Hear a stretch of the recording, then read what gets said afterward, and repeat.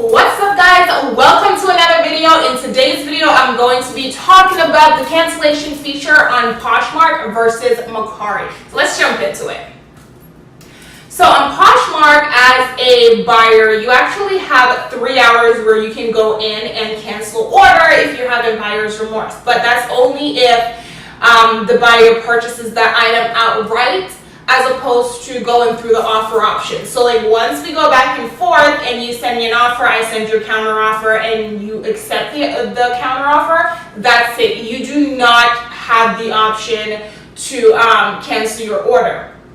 On Mercari, they just started a new thing, and I actually received the notification from Mercari where basically if you're having buyer's remorse and you cancel order because you can't fulfill it for whatever reason, Mercari will actually put that on your page. So essentially Mercari is putting everyone on blast, either the buyer or the seller. If you're canceling orders, if you're not able to fulfill orders, they're gonna put it on your page where everyone can see it. And if you are a buyer who's constantly canceling order because you're having buyer's remorse, they're also going to put that on your page so that sellers can see that once you decide that you want to do business with them. So that's something to keep in mind. I have never had an order canceled on Mercari, either on my end or by the buyer, so I'm not 100% sure like if there's a time frame to cancel anything on Mercari.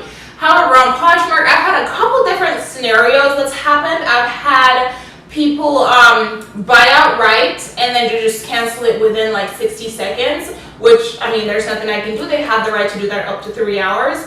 I've also had situations where people have gone back and forth with me, asked 21 questions about an item. They've sent me an offer, I hit them with a counter offer, they accept the counter offer, and then they're having buyer's remorse for whatever reason, and then they'll reach out to me and say, hey, can you cancel the order? At which point I normally do not cancel orders. There's only 2 scenarios in which I cancel orders. The first one is if I did not disclose something in the listing and then I sell the item and I get ready to send it out and realize that there's some sort of damage to the item, then I'll go ahead and reach out to the buyer and then cancel the item. The next scenario is if someone is buying multiple items, which I've had happen very often actually. So I've had people come in and they want to buy like 3 items and they'll place the order, they'll place 2 orders, and by the time I catch it that it's like the same buyer or whatever, because they obviously won't put it in a bundle and I don't get that bundle notification. So I'll reach out to them once they place both orders and say, hey, there's actually a bundle discount and you're paying shipping twice, which, if you put them together, you get a discount and you also only have to pay shipment once. So I'll cancel the order, I'll relist the items, and then have that person just bundle and purchase the item. But other than that, I don't cancel items. I don't like to deal with the whole buyer's remorse part of things, especially when someone has wasted my time going back and forth with me. The next thing that I want to talk about is the comment section, Poshmark comment section of an item versus Mercari private chat. Poshmark, someone just comes under your listing and asks you a whole bunch of questions about the listing or whatever. And one of my biggest pet peeves is that the offer button is literally right there. And someone will still post in the comment section, hey, will you take 25 for this? You respond, make an offer. They go ghost. I don't normally respond to people who make offers in the comment section.